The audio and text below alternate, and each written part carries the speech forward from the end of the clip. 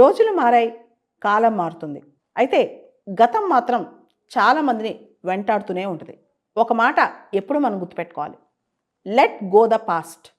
Keep lessons it thought you. గతాన్ని వదిలేయండి. గతంలో ఉన్న చేదును వదిలేయండి. కానీ గతం నుంచి నేర్చుకున్న పాఠం మాత్రం ఖచ్చితంగా గుర్తుపెట్టుకోవాలి. ఇదే 100%. మనందరం మనుషులం. మన టైం చాలా లిమిటెడ్ ఉంటుంది.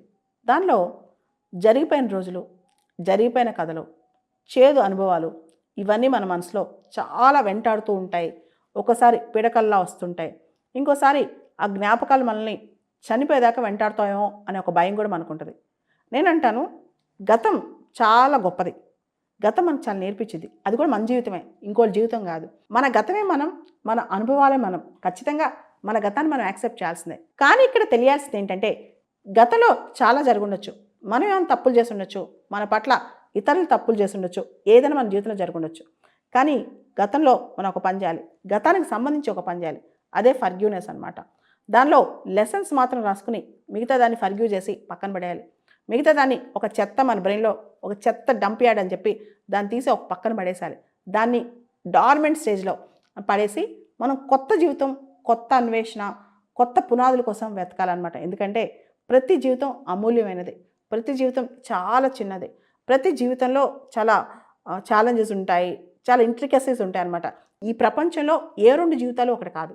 కాబట్టి మన గతం, మన జీవితం ఇవన్నీ కూడా అనుభవాలు కాబట్టి వాటిలో ఏదైతే నేర్చుకోగలమో అవి నేర్చుకుని మిగతాదంతా తీసేయాలన్నమాట. కొత్తగా ఏం చేయొచ్చని. లైఫ్ ఎప్పుడు కూడా మనం అనుకుంటాం, ఏ స్టేజ్కి వచ్చినా ఇంక జీవితం అయిపోవచ్చింది, జీవితం ఖాళీ అయిపోయింది, ఇంకా జీవితం ఎండ్ అయిపోతుంది, ఇంతటితో అయిపోతుంది అనుకుంటాం. నేనంటాను, జీవితంలో లాస్ట్ రోజు కూడా నేర్చుకోవాల్సింది చాలా ఉంటుంది, చేయాల్సింది చాలా ఉంటుంది. జీవితం అనేదే ఒక అద్భుతం. దానిలో చాలా రోజులు, చాలా సంవత్సరాలు మనకు దేవుడిచ్చే యూనిట్స్ అనమాట. అవి తొందరగా అయిపోతూ ఉంటాయి. కానీ చివరి క్షణం వరకు ఆ ఉత్సాహం జీవితంలో కోల్పోకూడదు. ఎన్ని నష్టాలు వచ్చినా, గతంలో ఏం జరిగినా, ఎన్ని ఛాలెంజెస్ వచ్చినా, ఎవరేమన్నా సరే మన జీవితం మనకు మాత్రమే ఉంటుంది.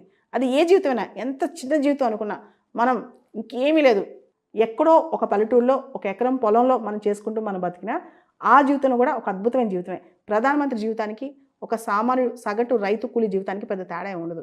జీవితంలో ఎంత ఇంటెన్స్గా బతికాం, ఆ జీవితంలో ఏం చేసాం, మన కోసం మనం ఏం చేసుకున్నాం, నిజంగా ఆ రోజు ఆ క్షణం అంతా మనం హ్యాపీగా ఉన్నామా, పీస్ఫుల్గా ఉన్నామా, మనం ఏం చేసాం, ఇదంతా చాలా ఇంపార్టెంట్. అంతేగాని గతంలో ఏం జరిగింది, జీవితం అంతా ఇంతే ఉంటాము, లేదా మన లైఫ్లో మనం ప్రధానమంత్రి కాలేకపోయామే, బిల్ గేట్స్ కాలేకపోయామే, ఇలాన్ మస్క్ కాలేకపోయామే, ఇలా ఆలోచనలు పక్కన పెట్టి మన జీవితం మనదే, మన గతం మనదే.